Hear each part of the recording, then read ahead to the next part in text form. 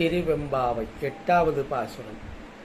கோழி சிலம்பு சிலம்பும் குருகு எங்கும் ஏழில் இயம்ப இயம்பும் பெண் சங்கெங்கும் கேளில் பரஞ்சோதி கேளில் பரங்கருணை கேளில் விழுப்பொருள்கள் பாடினோம் கேட்டிலையோ வாழியேதென்ன உறக்கமோ வாய்திரவாய் ஆழியான் மண்புடமை ஆமாறும் யூவாரோ ஓளி முதல்வனாய் நின்ற ஒருவனை ஏழை பங்காளனையே பாடேலோ ரெம்பாவாய்.